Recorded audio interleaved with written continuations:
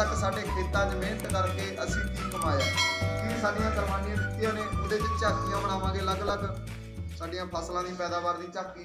साडे सरहदां ते साडे पुत्त उत्थे साडे भरा शहीद हुंदे आ किसानां दे, उन्हां दी झाकी। साडे किसान मान लो कर्जे करके खुदकुशियां करदे, उन्हां दी झाकी। इस तरह अलग-अलग सानूं जिहड़ियां किसानां दीयां समस्यावां ने, जिहड़ियां असीं प्राप्तियां कीतियां, उन्हां दीयां झाकीਆਂ बना के लैके जावांगे दिल्ली दे विच। ते ओह दिल्ली दे हाकम कहंदे भी असीं परेड करन नहीं देनी।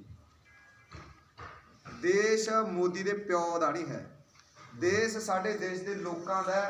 और इस देश दे विच 60% लोग किसान ने, किसानी किते नाल संबंधित ने।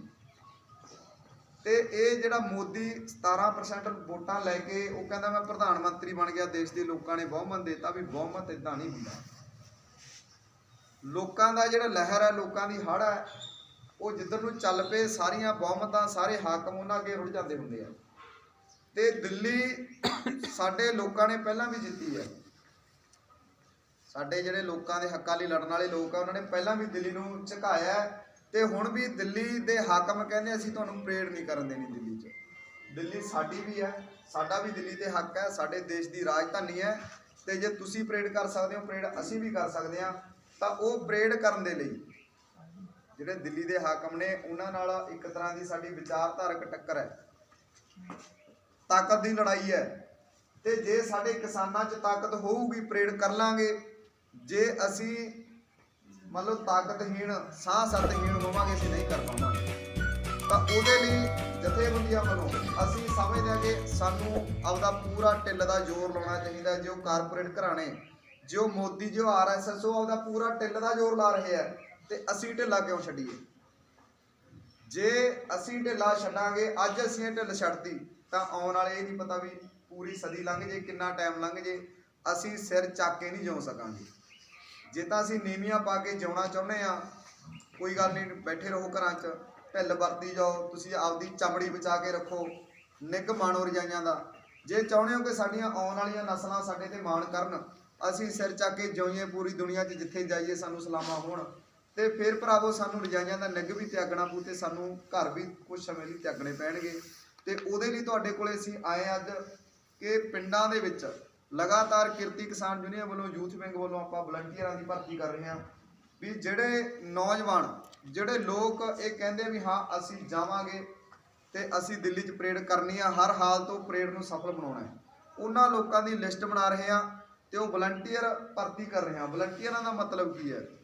वलंटियरां दा मतलब है भी वो लोग, वो साडी फौज है एक तरह की। ਜਿਹੜੇ ਵਲੰਟੀਅਰਾਂ ਦੀ, ਜਿਹੜੇ ਬੰਦੇ ਦੀ ਤੁਸੀਂ ਨਾਂ ਲਿਖਾਤਾ, ਉਹਨਾਂ ਦੀ ਉੱਥੇ ਜਿੱਥੇ ਵੀ ਡਿਊਟੀ ਲੱਗੂਗੀ, ਚਾਹੇ ਉਹ ਟ੍ਰੈਫਿਕ ਕੰਟਰੋਲ ਕਰਨ ਦੇ ਡਿਊਟੀ ਲੱਗੇ, ਟਰੈਕਟਰ ਤਾਂ ਆਪਾਂ ਲੈ ਕੇ ਜਾਣੇ ਆ, ਉਹ ਤਾਂ ਕੋਈ ਉਹ ਨਹੀਂ, ਉਹ ਵੀ ਲਿਸਟ ਬਣਾਵਾਂਗੇ।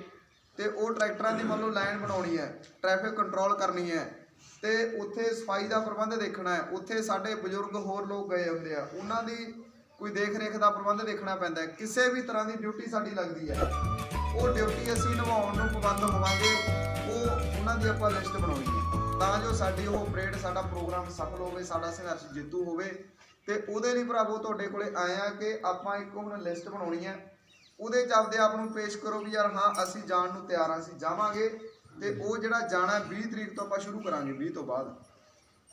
ਉਦੋਂ ਪਹਿਲਾਂ ਇੱਕ ਦਿਨ ਆਪਾਂ ਸਾਰੇ ਜਿੰਨੇ ਵਲੰਟੀਅਰ ਆਪਣੇ ਭਰਤੀ ਕਰਾਂਗੇ, ਉਹਨਾਂ ਨੂੰ ਹੋ ਸਕਦਾ ਆਪਾਂ 2 ਥਾਵੇਂ ਜਾਂ 1 ਥਾਵੇਂ ਸਾਰੇ ਜ਼ਿਲ੍ਹੇ 'ਚ ਮੰਨ ਲਓ ਇਕੱਠੇ ਕਰਕੇ ਉਹਨਾਂ ਨੂੰ ਪੂਰਾ ਜਿਹੜਾ ਰੂਲ ਰੈਗੂਲੇਸ਼ਨ ਹੈ ਸਮਝਾਵਾਂਗੇ ਵੀ ਕਿੱਦਾਂ ਪਰੇਡ ਕਰਨੀ ਹੈ, ਕੀ ਕਰਨਾ ਹੈ।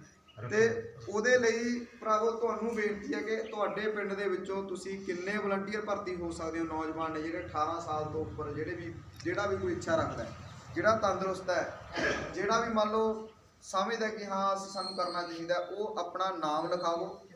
ਤੇ ਤਾਂ ਜੋ ਅਸੀਂ ਲਿਸਟ ਬਣਾ ਕੇ ਸਾਨੂੰ ਪਤਾ ਲੱਗ ਸਕੇ ਵੀ ਰਤੋਗੇ 'ਚੋਂ ਇੰਨੇ ਬੰਦੇ ਆਉਣਗੇ।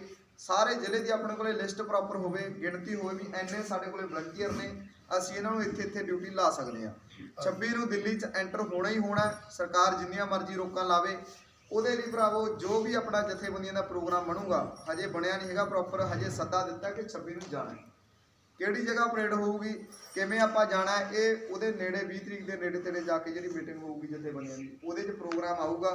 ਜਿਹੜਾ ਵੀ ਆਉਂਦਾ ਉਹਦੇ 'ਤੇ ਅਸੀਂ ਫੁੱਲ ਚੜਾਉਣੇ ਆ। ਬਸ ਆਪਾਂ ਹੁਣ ਤਾਂ ਇਹ ਵੀ ਨਾਂ ਲਿਖਾਓ, ਕਿਹੜੇ ਕਿਹੜੇ ਭਾਈ ਜਾ ਸਕਦੇ ਹੋ, ਕਿਹੜੇ ਕਿਹੜੇ ਆਪਦਾ ਰਜਾਈਆਂ ਦਾ ਨਿੱਘ ਪਿਆਰ ਸਕਦੇ ਹੋ। ਤੁਸੀਂ ਨਾਂ ਲਿਖਾਓ, ਆਪਦਾ ਨਾਂ ਲਿਖਾਉਣਾ, ਉਮਰ ਲਿਖਾਉਣੀ ਹੈ ਤੇ ਆ ਜਾਊਗੀ, ਉਹ ਲਿਸਟ ਬਣ ਲੈਂਡ ਬਣਾ ਲਓ ਬਈ, ਜਿਹੜੇ ਜਿਹੜੇ ਲਿਖੇ ਹੁੰਦੇ ਲੈਂਡ ਬਣਾ ਕੇ ਆ ਜਾਓ ਇੱਕ ਉਹਦੇ ਲਈ। ਝੋਲਾ ਜਾਣਾ ਇਹਦੇ ਬਾਰੇ ਹਜੇ ਕੋਈ ਗੱਲ ਨਹੀਂ, ਤੁਸੀਂ ਤੁਹਾਡੇ ਮਨ 'ਚ ਕੋਈ ਸਵਾਲ ਹੈ, ਕੁਝ ਤੁਸੀਂ ਪੁੱਛਣਾ ਹੈ, ਉਹ ਤੁਸੀਂ ਆਪਦਾ ਰੱਖ ਸਕਦੇ ਹੋ।